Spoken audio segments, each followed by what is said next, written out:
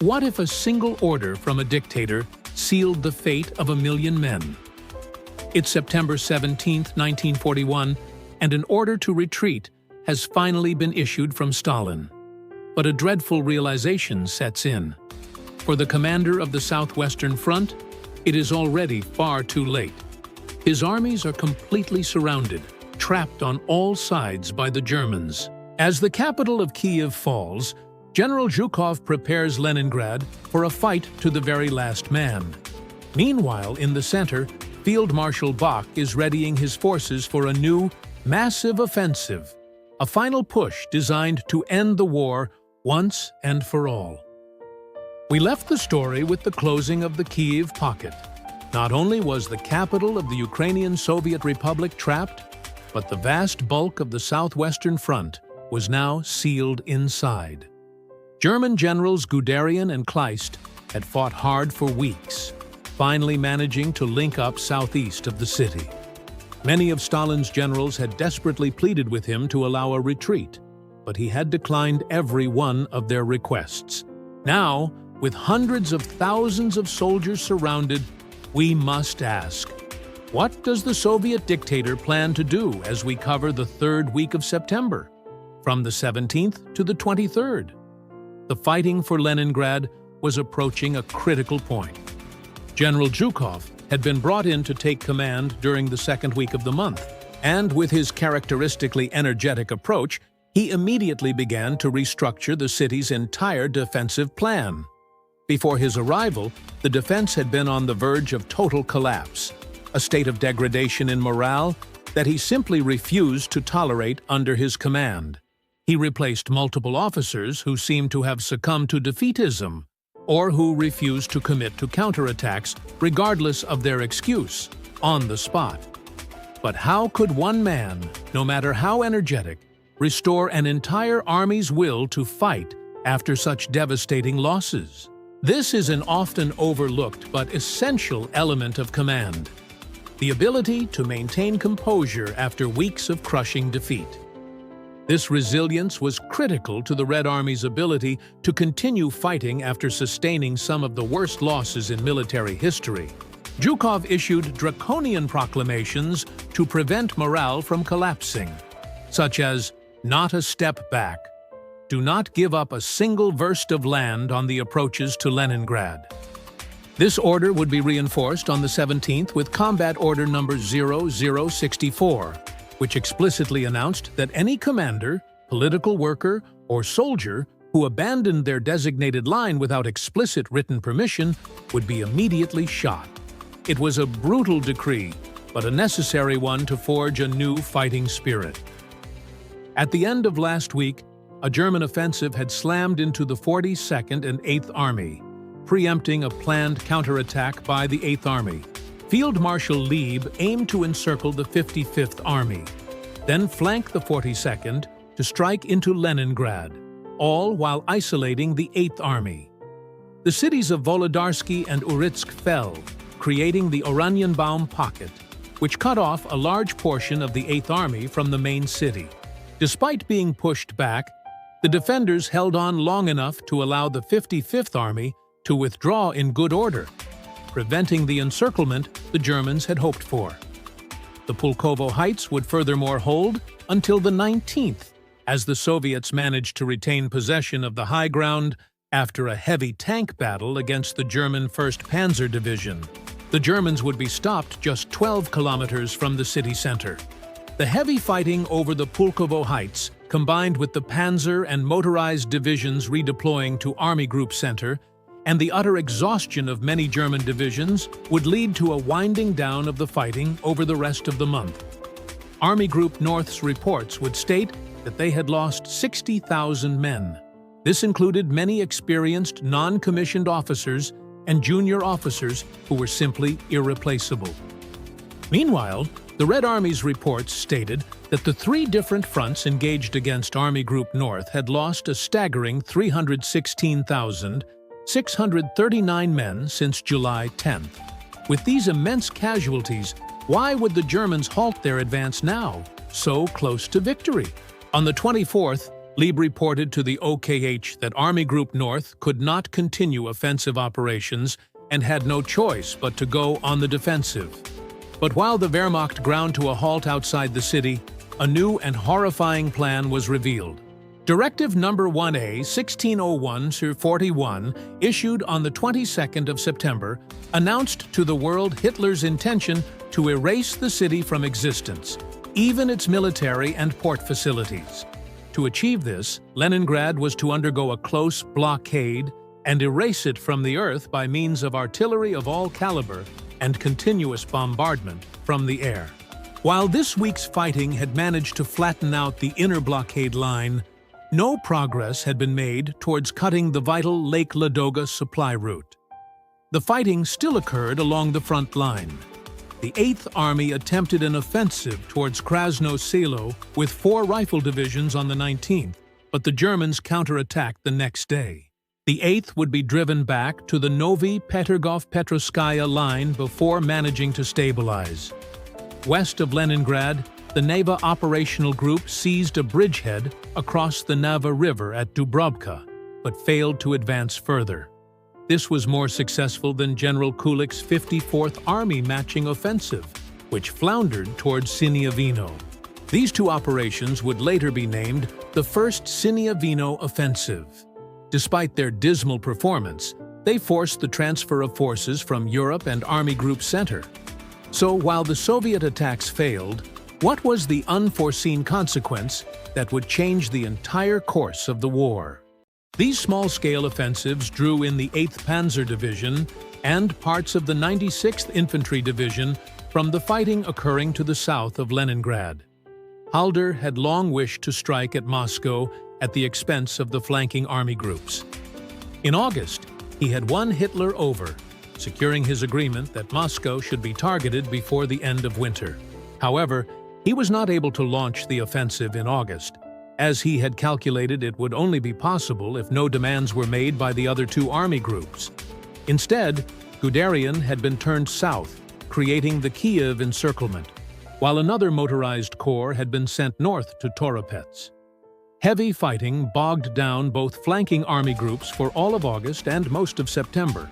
Yelna had been forced to be abandoned in the face of heavy Soviet attacks, despite its ideal position as an offensive bridgehead towards Moscow. Hitler and Halder had extremely different views on how to win the war, and arguments that should have been decided before the start of the invasion kept on recurring. Halder maintained that the capture of Moscow would win the war for Germany, even in the face of an army strategic study at the end of August, which admitted that operations would need to be continued into 1942 and future plans should be based on that assumption. At the end of August, Hitler instructed Halder to undertake operations against the Soviet armies west of Moscow to defeat them one by one. But what happened when Halder received this order? Halder hijacked the plan aimed against Army Group Timoshenko at Vyazma and changed it from a 2-pronged close encirclement into a 3-pronged offensive aimed directly at Moscow. Taking advantage of the imprecise language in Hitler's directive, Halder stripped army groups north and south of all the mobile forces he possibly could. 4 infantry, along with 9 panzer and 4 motorized infantry divisions, would be siphoned toward Army Group Center during September. Field Marshal Bock would command 14 panzer divisions, alongside 8.5 motorized divisions. This would be the greatest ever concentration of German mobile divisions. These would be supported by a further 47 infantry, 1 cavalry, and 5 security divisions. In total, 1.9 million men across approximately 78 large formations prepared for one last decisive battle. Operation Typhoon was named on September 19th as operational planning started in full. The 2nd of October was designated as the start date. Due to the extra travel distance, Guderian's forces would start 2 days earlier. But while the forces looked overwhelming on paper, what was the fatal flaw hidden beneath this show of strength? Even at this peak of German strength, the logistical situation was dire. In early September, 30% of the tanks in the 3 panzer groups picked for the upcoming offensive were completely out of action. A further 23% were being overhauled in factories back in Germany. On average, only 34% of the tanks were ready for action. The transfer of nearly 300 tanks from Germany improved this readiness by 10%. One source estimates that the two new panzer divisions possessed around 450 tanks, while all the other 12 panzer divisions could muster a rough total of 750 tanks. Furthermore, there was a shortfall of 22% of the required motor vehicles for the Army group, with engineers predicting a rapid increase of losses in trucks soon after the offensive started due to mechanical issues. Further tanks and trucks were available in Germany, but Hitler still desired to retain these for the creation of new panzer divisions. Such was the demand for replacement trucks that requisition squads from Guderian's Panzer Army got into firefights with parts of the 8th Army Corps over trucks captured in the Kyiv pocket.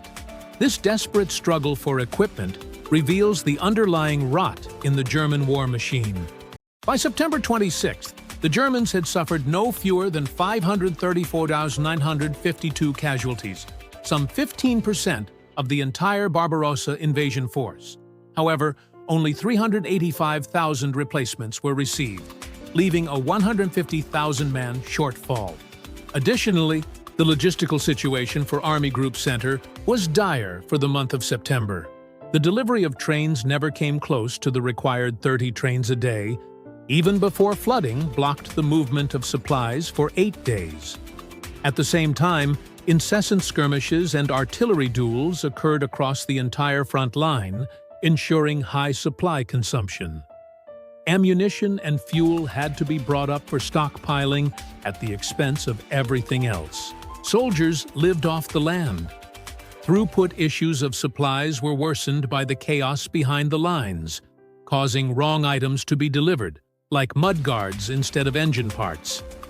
Winter uniforms were planned to be delivered in early November, for the small garrison force staff officers thought would be required.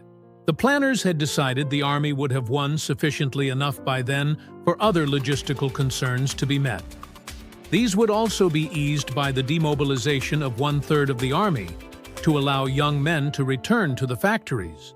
Paradoxically, the preparations for Typhoon were the greatest concentration of strength for the Wehrmacht, while also demonstrating its rapid decline since the start of Operation Barbarossa. Guderian's Panzer Group had only just finished closing the envelopment behind Kyiv before they received orders to march north at the first available moment. He had a well-stocked supply depot at Romny, but his transport truck fleet was all but broken. The panzers had been stationary for almost a week, and still, fuel and even rations were becoming scarce. At one point, they had to resort to airdrops by the Luftwaffe. The 47th Panzer Corps diary noted on September 18th that, as a result of the heavy demands over the last weeks on outrageously bad roads, the state of the trucks had worsened. Owing to the failure to deliver spare parts, innumerable instances of damage, often only relatively minor, cannot be repaired. This in part, therefore, explains the high percentage of non-serviceable trucks. They were in desperate need of a rest and refit period, but it was becoming clear that there would not be one. Instead, his men girded themselves for the inevitable breakout attempts as the Luftwaffe and infantry worked together to reduce the pocket. After that, they would have to move north and prepare for Operation Typhoon. But what role would the Luftwaffe play in this final battle for the pocket? The 5th Air Corps was intent on destroying as much of the southwestern front as they could. One officer boasted that the Luftwaffe was going to do half the work of the Army. In the 3rd week of September alone, the 5th Air Corps dropped hundreds of thousands of pounds of bombs on the southwestern front. They were putting in levels of sorties not yet seen in the war. The 2nd Air Corps was also working overtime, hammering the Red Army in the Kyiv pocket. Together, they destroyed thousands of vehicles of all types. The Luftwaffe essentially had complete air superiority at this time over the pocket. The VVS rarely sortied out in this sector, and when they did, they were often brushed aside by the Luftwaffe air cover. The few times they made it through to attack the panzers on the ground, they were broadly ineffectual. Still, losses mounted for the Luftwaffe. Every plane lost was essentially irreplaceable. On June 22nd, they had started the campaign with 2995 airframes of all types. By the time the pocket was closed behind the southwestern front, they had attrited to less than 1,000 operable airframes. The commander of the 2nd Air Fleet reported to higher headquarters in September that the Luftwaffe was simply overtaxed and at the end of its tether. The 6th Army, under Field Marshal Reichenau, was ordered to assault Kyiv. The city may have been encircled, but it was still well defended and had the highest concentration of Red Army soldiers in the pocket. However, on the 16th, Kirponos had received oral permission from Timoshenko and his Commissar Khrushchev to withdraw to the Pisel River, but refused without written confirmation. This would be received on the evening of the 17th, but only with the order to abandon Kyiv. Nevertheless, Kirponos had already acted. The 5th, 21st, 26th, and 37th Armies were to break out eastward through the thin armored line some 200 kilometers east from Kyiv. The 38th and 40th Armies were to attack Romny and Lubna to protect the flanks. But it was too late. Out in the open and caught on the move, these columns fragmented under constant attacks and were forced into 3 large pockets and countless roving bands of troops. The fighting broke down into confused encounters. Soviet soldiers endeavored to break out no matter the cost. These attempts were often unplanned, haphazard affairs with anything available thrown at the nearest German forces, causing heavy casualties for both sides. Elements of the 26th Army lasted the longest until September 26th, before being overrun. Kirponos himself would die on the 20th, when his headquarters and elements of the 5th Army were overrun by the 3rd Panzer at Kryukivshchina Farm. The sheer scale of the Soviet defeat in this battle is almost impossible to comprehend. The Southwestern Front had been 850,000 strong, including reserves and rear service troops, on the 1st of September. Of the 700,544 casualties suffered since the start of Barbarossa, a staggering 616,304 would be inflicted during the Battle of Kyiv. Only 15,000 were estimated to have escaped the encirclement. 4 Soviet armies with 43 divisions virtually ceased to exist. This was achieved against the expert advice of Hitler's military professionals. The victory reinforced Hitler's belief in his own intuition, not just for Hitler himself, but for a small, key cabal of generals in the OKH. Timoshenko had been made commander of the Southwestern Front on the 11th, after Budeny was relieved of command for pressing for the evacuation of Kyiv. His initial optimism rapidly dissipated. His initial headquarters of Poltava had been overrun. Moreover, he now had to rebuild an entire front virtually from scratch, in addition to reforming a defensive line to protect the rest of Ukraine. The 29th Corps would capture Kyiv on the 19th. But as German infantry moved into the city proper, they began to discover a horrifying new reality. What kind of devastating surprise awaited them? Radio-controlled mines had been secretly installed in hundreds of buildings by the NKVD. On the 20th of September, the first detonation occurred. The explosives had been strategically placed in buildings where it was most likely that Germans would take up residence. Mass looting by the remaining civilians and some Germans worsened the situation. There was no power, no running water, and food was scarce. On the 24th, bombs began to go off regularly. NKVD saboteurs worked to spread fires that were started by the bombs. There was a clear effort to destroy the city center, and the fires began to grow out of control. The lack of running water in the city hindered any response.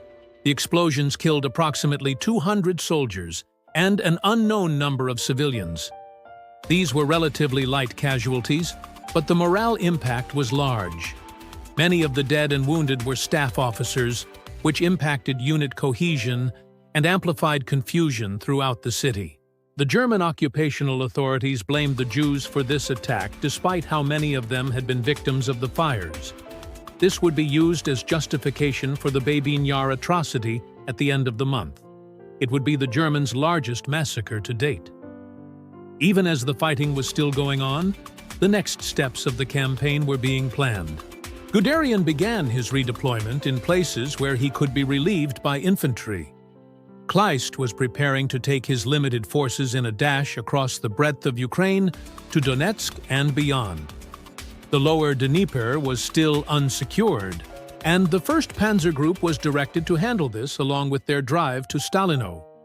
The 11th Army was ordered to prepare to attack the Perekop Isthmus. The 6th and 17th Armies would continue to drive east and cover the Panzer's advance from the north.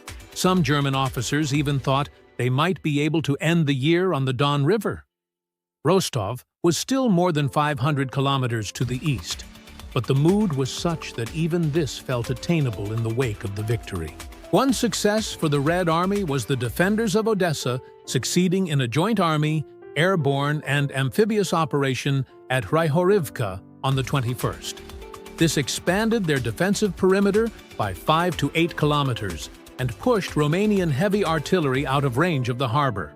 In a week of such disasters, such a small success is easily overshadowed, but would have been welcome news for the beleaguered Red Army. This concludes our discussion for this week. Next week, we will continue the week-by-week account of the entire war on the Eastern Front. From June 1941 to May 1945, we will track the war's progress. We hope you found this history as fascinating as we do. Our team works hard to bring these historical moments to life through vivid animation and compelling narration, all based on the work of respected historians. We will show you their references on screen. If you enjoyed this journey through the past, please consider liking this video and sharing it with a friend who loves history. Don't forget to leave a comment to let us know your thoughts. And be sure to subscribe and press the bell button to stay tuned for our next video.